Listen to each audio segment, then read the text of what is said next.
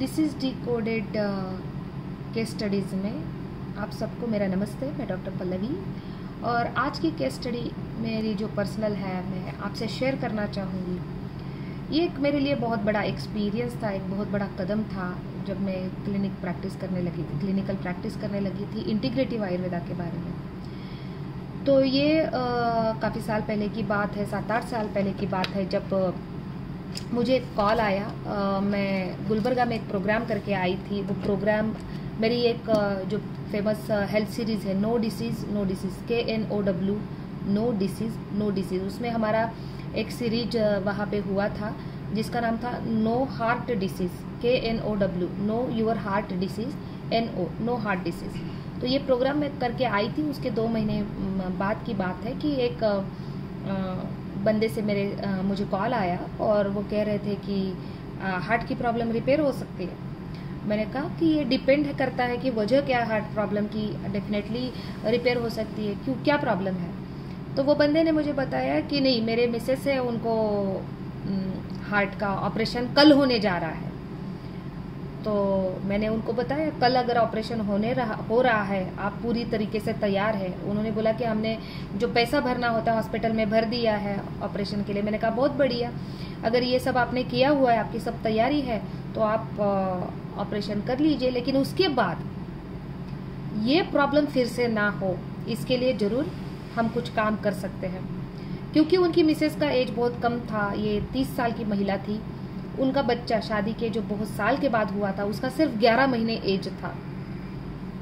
तो उन्होंने मुझे रिपोर्ट भेजे और रिपोर्ट भेजने के बाद बोले कि नहीं, फिर से आपका ओपिनियन बताइए। तो रिपोर्ट जब मैंने देखे तो मैंने उनको पूछा कि आपको पता है क्या ऑपरेशन होने वाला है।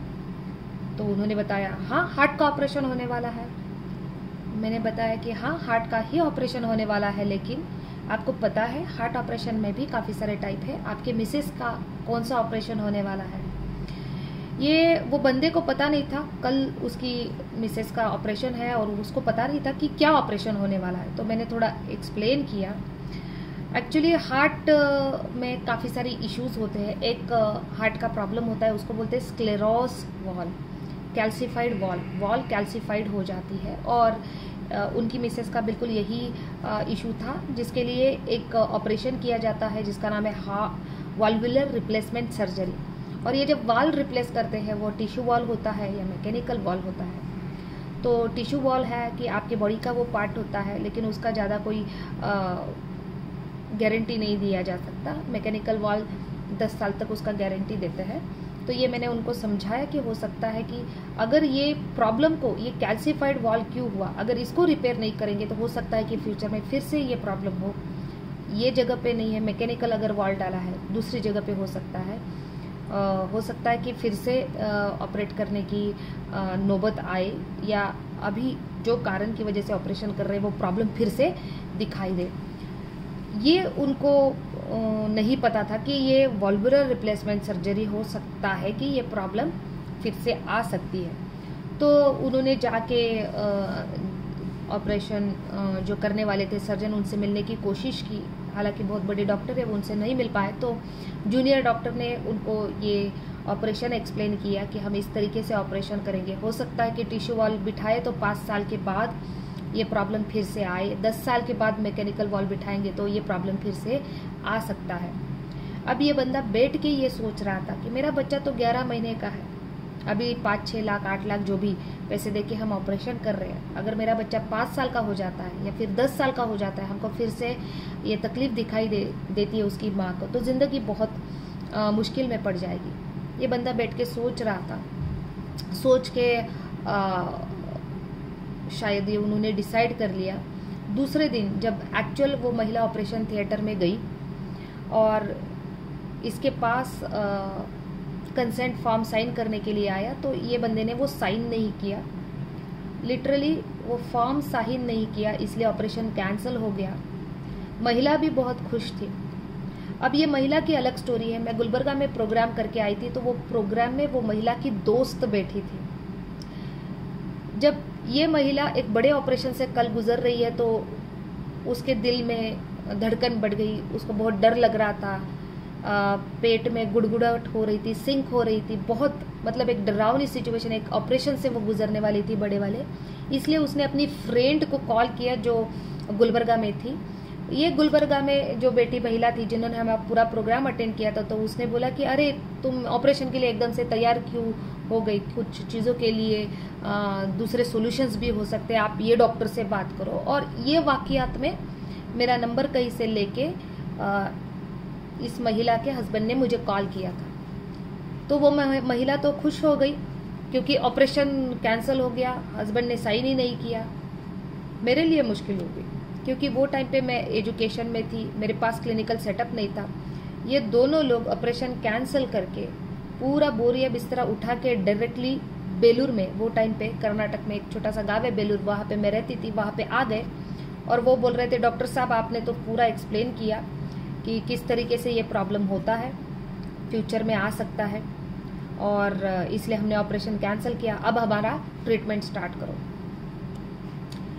तब ये एक बहुत बड़ा केस मेरे सामने आया था जब मेरे पास इक्विपमेंट नहीं था। मेरे पास काफ़ी सारी थ्योरी थी, प्रैक्टिस जरूर थी, लेकिन इक्विपमेंट मौजूद नहीं थे। यहाँ तक कि जो ये केस सॉल्व करने के लिए हमने ट्रीटमेंट ऑर्गेनाइज किया था, उसके लिए जो रॉ मटेरियल चाहिए था वो मेरे पास वहाँ पे अवेलेबल नहीं था, और वो मैंने अवेलेबल कराया।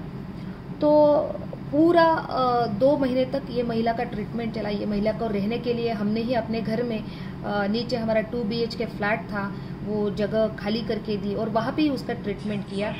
इसके ट्रीटमेंट के लिए हमने ओजोन थेरेपी ऑर्गेनाइज किया। ओजोन थेरेपी डेली हम करते थे, ओजोन कपिंग करते थे at the chest area, rectal ozone करते थे डेली। फिर उसके बाद हमने किलेशन थेरेपी जो वीकली ट्वाइस है, chelation therapy to clear heavy metal detox and calcification, जो ब्लड वेसल्स में भी हो सकती है, कैल्सिफिकेशन जो वाल्व में हो जाती है उसके लिए हेल्प करती है, तो किलेशन थेरेपी हमने किया। IV न्यूट्रिशन थेरेपी किया जिसमें हाई डोज विटामिन C हम यूज़ करते हैं। इसके साथ में हमने कुछ न्यूट्रिशंस ऐड किए जैसे कि विटामिन D है, मैग्नीशियम है, K2 है, कोक्यूटेन है, एलार्जिनिन है। इसके साथ हृदय बस्ती जो एक बहुत बढ़िया आयुर्वेदा थेरेपी का पार्ट है, हम डेली करते थे। हृदय बस्ती कम समय के लिए डेली करते थे विथ मेडिकेटेड ऑयल।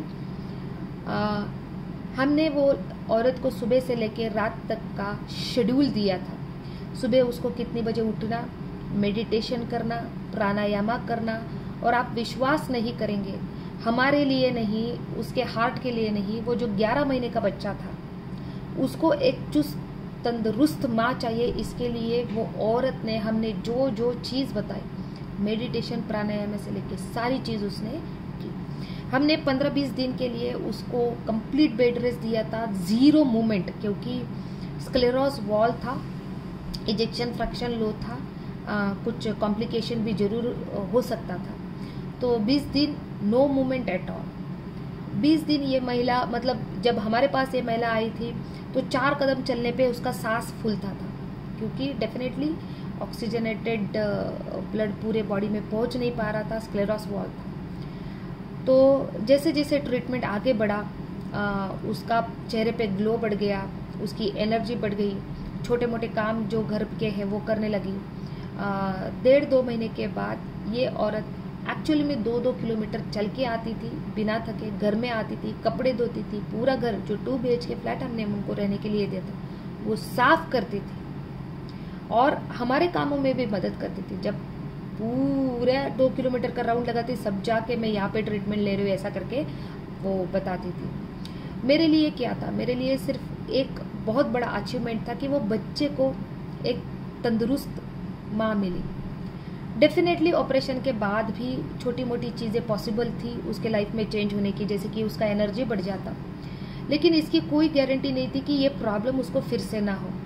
जब तक कैल्सिफिकेशन, जो वाल कैल्सिफाइड हुआ है, उसकी सही वजह ढूंढ के अगर हम उसको रिपेयर नहीं करेंगे, वो ऑपरेशंस जो प्रॉब्लम हुआ है उसको रिपेयर करने के लिए मदद करेगा, ठीक है, लेकिन ये प्रॉब्लम क्यों हुआ है उसको ये ऑपरेशन सॉल्व नहीं करेगा। यही केस एंजियोप्लास्टी में भी होता है। जब हम एंजियोप्लास्टी करते हैं तो जो ब्लॉक हुआ है, जो पिंच हुआ है, उसको डेफिनेटली रिलीव करता है ऑपरेशन एंजियोप्लास्टी। पर ये ब्लॉक क्यों हुआ है। और हमेशा जरूरी नहीं है कि कोलेस्ट्रॉल रीजन हो, ब्लॉक के काफ़ी सारे रीजंस होते हैं, या स्टेनोसिस के काफ़ी सारे रीज़न है। डेफिनेटली मैं आपको और वीडियो में बताऊंगी। तो काफ़ी सारे रीज़न हो सकते हैं। हमको वजह को रिपेयर करना होता है। वजह को रिपेयर करने के साथ अभी की जो प्रॉब्लम है उस पर भी काम करना होता है, तब जाके ये बनता है कंप्लीट सोल्यूशन। तो वो महिला को जैसे इंटीग्रेटिव आयुर्वेदा सेक्शन में हमने काफ़ी सारी चीज़ें उस पर की, ozone therapy, chelation therapy, IV nutrition, हृदय बस्ती, आयुर्वेदा मेडिसिन, न्यूट्रिशन मेडिसिन, और ये कॉम्बिनेशन की वजह से लिटरली 2 महीने में वो बहुत अच्छा और बेटर महसूस करने लगी। उसके बाद हमने उनको मेंटेनेंस डोज पे कुछ चीज़ें उनके गांव में इडकल में मेंटेन करने के लिए बोला। वहाँ पे एक आरएमपी डॉक्टर थे जो हमारे जिनको हमने सिखाया कि कुछ चीज़ें हफ्ते में 2 बार या हफ्ते में 1 बार कैसे मेंटेन करनी है। तो ये सिलसिला चला अगले 2 महीनों के लिए। धीरे धीरे हमने मेंटेनेंस डोज को कम किया, डाइट और सप्लीमेंट और न्यूट्रिशन पे बहुत अच्छा उन्होंने मेंटेन किया। अभी भी वो महिला का 7-8 साल के बाद भी कॉल आता है आनंद जी को, जब भी फेस्टिवल होता है उनको याद आती है तो कॉल आता है। एंड अभी भी वो बहुत बढ़िया तरीके से फील कर रहे हैं। अभी जो छोटा लड़का था 11 महीने का, 9-10 साल का हो गया है, बात करता है, आनंद जी को विश करता है। तो सबसे खुशी की बात ये है कि वो महिला एक तंदुरुस्त माँ बन गई, और ये मेरा सबसे बड़ा अचीवमेंट है। तो ये इस तरीके से मैंने ये केस सॉल्व किया। इंटीग्रेटिव आयुर्वेदा में बहुत बड़ी बड़ी समस्या का सिंपल सॉल्यूशन हो सकता है, ज़रूरत है विश्वास करने की। तो आज के लिए इतना ही, मिलती हूँ अगले केस स्टडीज़ में।